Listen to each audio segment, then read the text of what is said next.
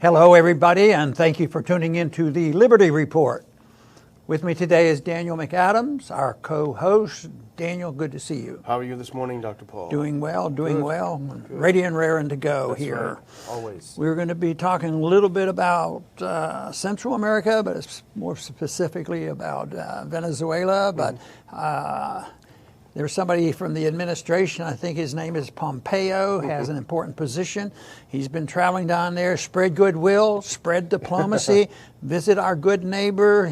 This might be part of the good neighbor policy, and down there visiting. But things haven't gone too well, for him. I don't think it's gone well for the American people, and I don't think it's gone very well for America's image.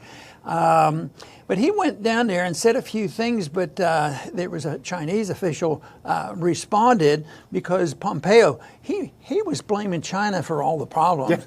Our policies are absolutely perfect. We're the exceptional nation. All we want to do is help people. And so this Chinese official came in his declaration about what Pompeo was doing.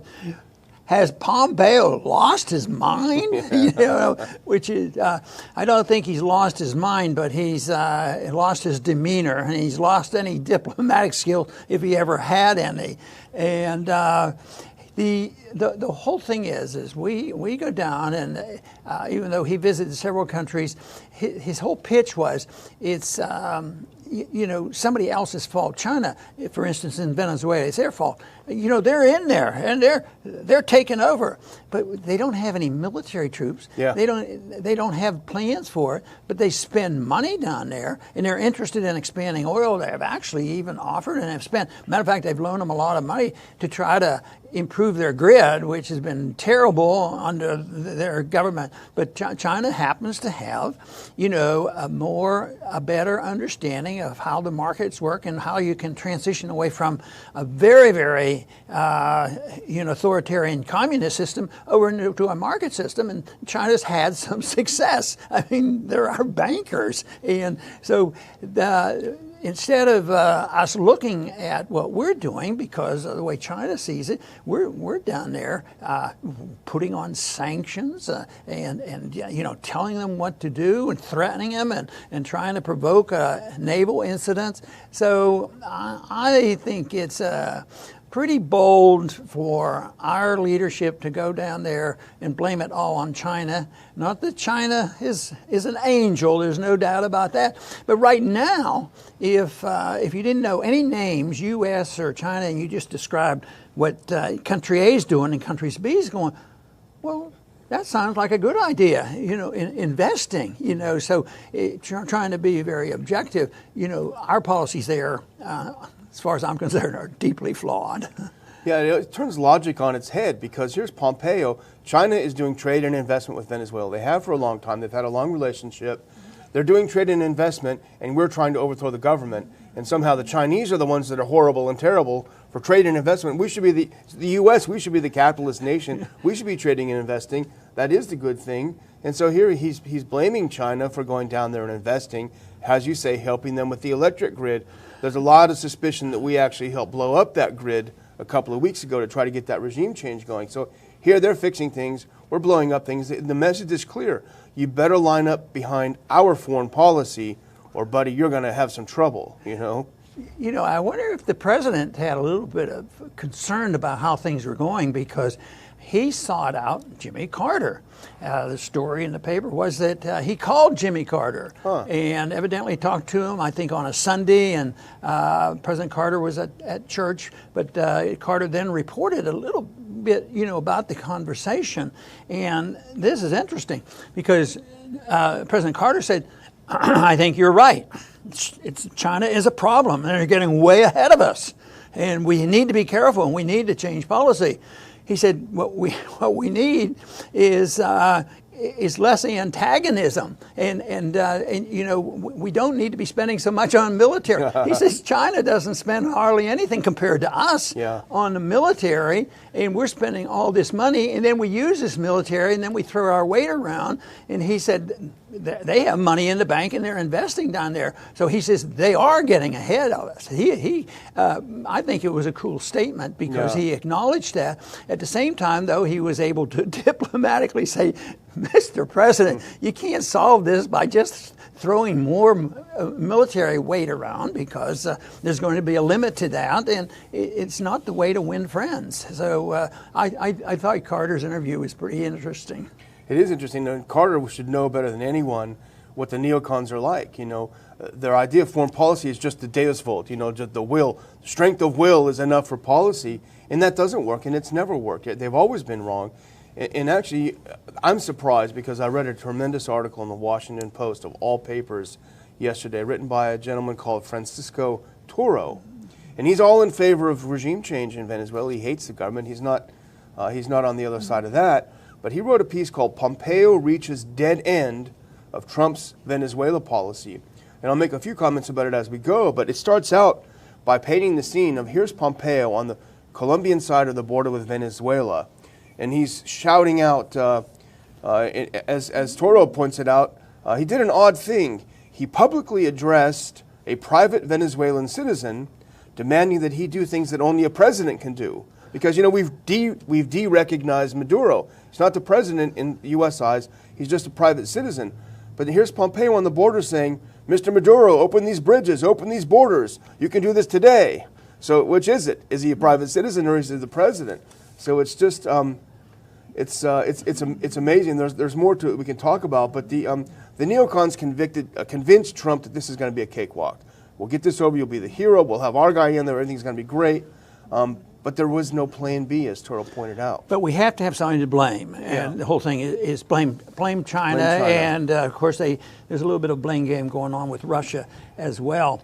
But President Carter pointed out, he said, since 1979, we normalized diplomatic relations when Carter was in office in 1979, as the Cold War was winding down and things were improving. Matter of fact, I was in office in '79, and I remember there was a big event that there was some diplomacy, and some Chinese communist officials came, and we were sort of fascinated with that. But President Carter pointed out that since that time, China hasn't had a war. They have border disputes and they have their problem, but they haven't gotten into a hard war. But he also pointed out, to support his thesis, that maybe we should spend our money differently, rather than just saying we need more military spending. He said, which is a statistic that's been around. He said, of the 242 years of our history, we've been at war all those years except for 16. Oh, geez. Only 16 years. So I think is enough. And I'll say, well, we've gotten along pretty good. Our empire keeps growing, but maybe the empire's growth will end, and maybe someday there will be a few people get annoyed with us deciding that we're destined to run the world. It's true, and maybe it'll end in a little country called Venezuela. But Toro makes another good point, and it goes along with what you were saying. He points out that for hundreds of years, the standard diplomatic practice is to recognize governments on the basis of fact, not on the basis of what you wish to be true. So the U.S. recognized China, as you point out, as the government of China. We recognize the USSR government, even though we didn't like it, and we're actively seeking to change that government.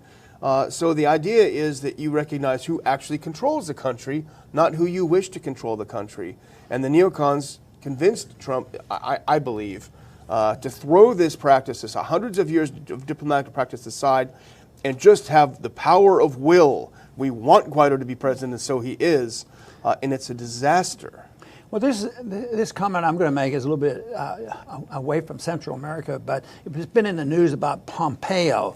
And Pompeo is right now dismissing, and our government is dismissing any effort from Kim to start the negotiations again. And the president said he's my best friend, so to speak. He plays that role. At the same time, the official answer is, you promised you'd get rid of those nukes, which that promise had some exceptions to. Anyway, you didn't do it. You got to get rid of those nukes, and then we're going to talk to you.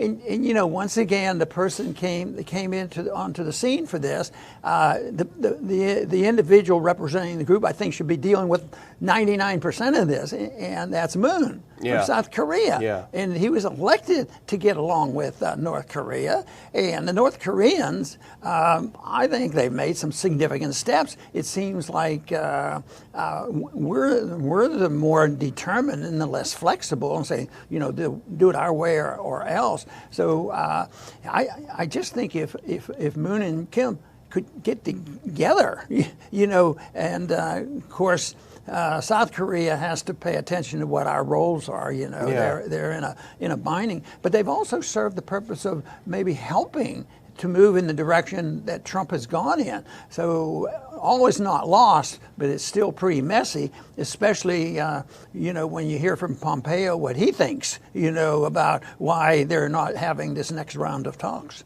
Pompeo and Bolton are determined to up the conflict everywhere we are. And in fact, if we take that same theme and go back to Venezuela, we've got a tweet up here. This was a remarkable exchange.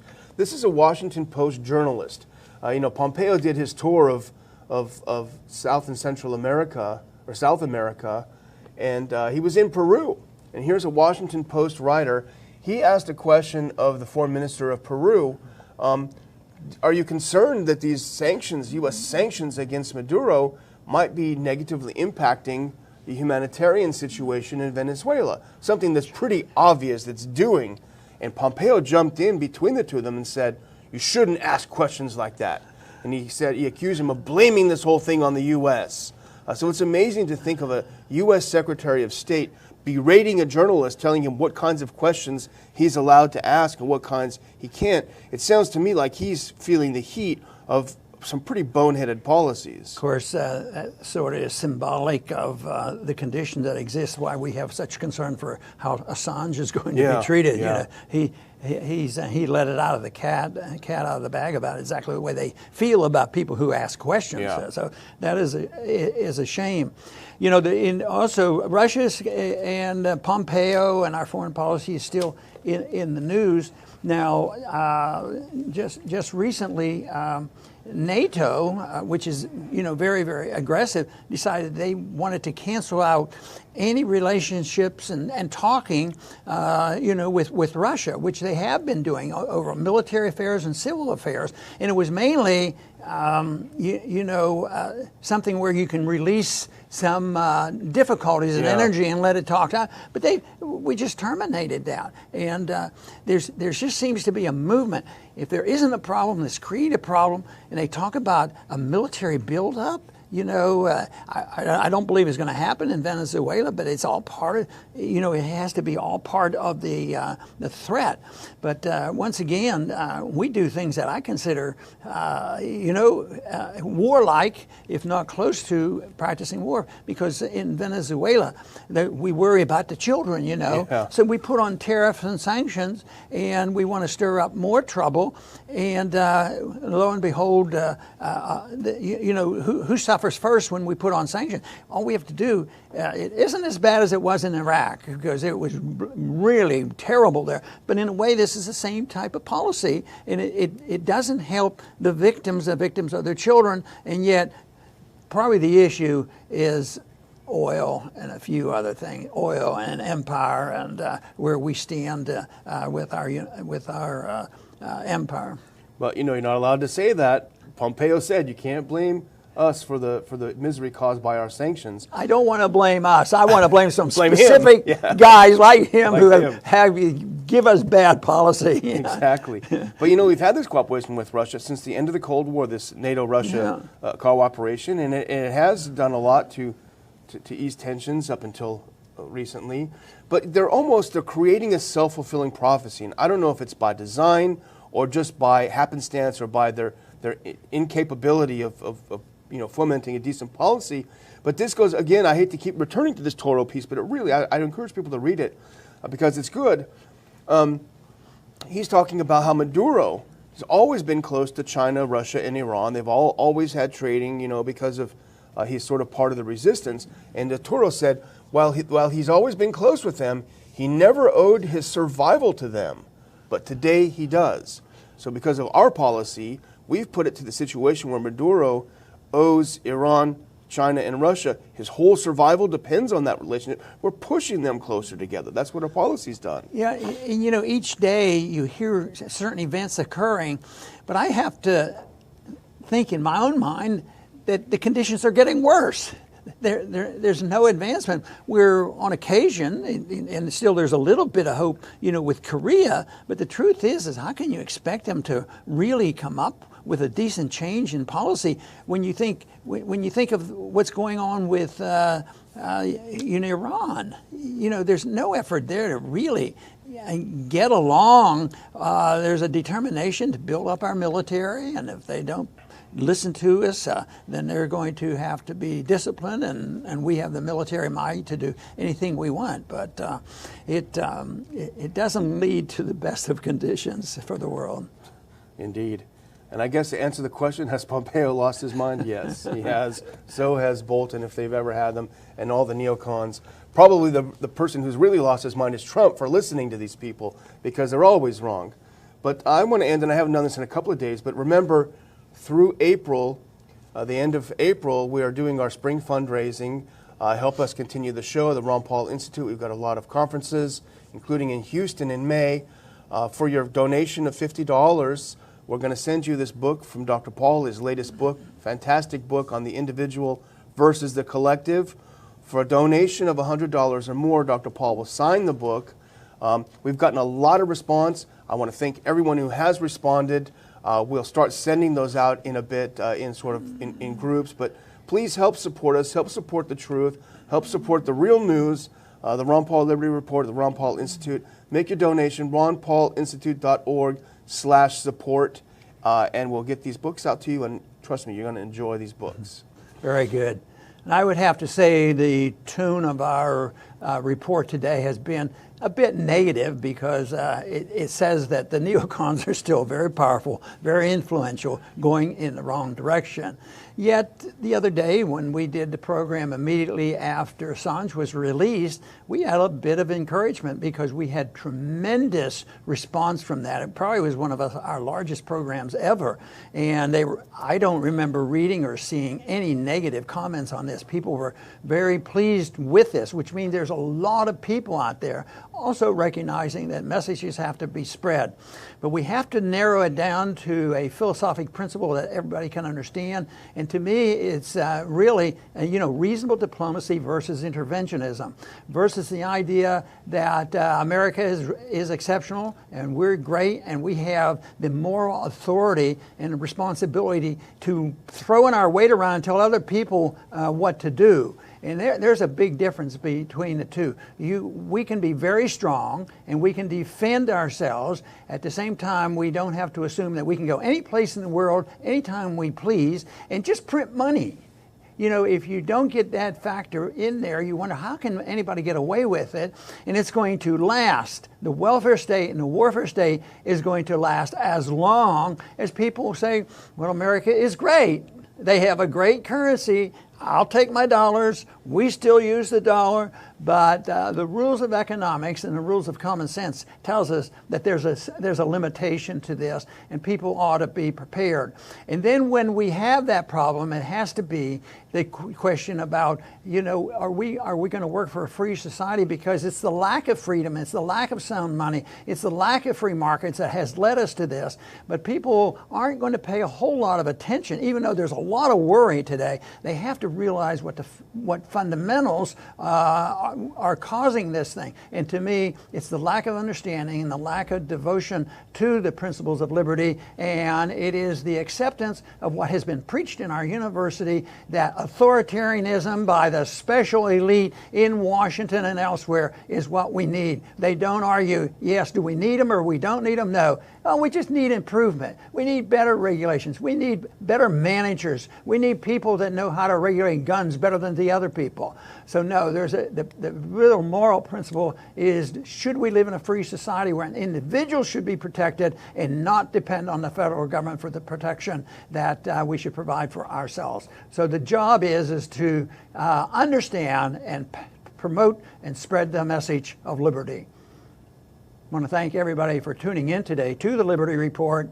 Please come back soon.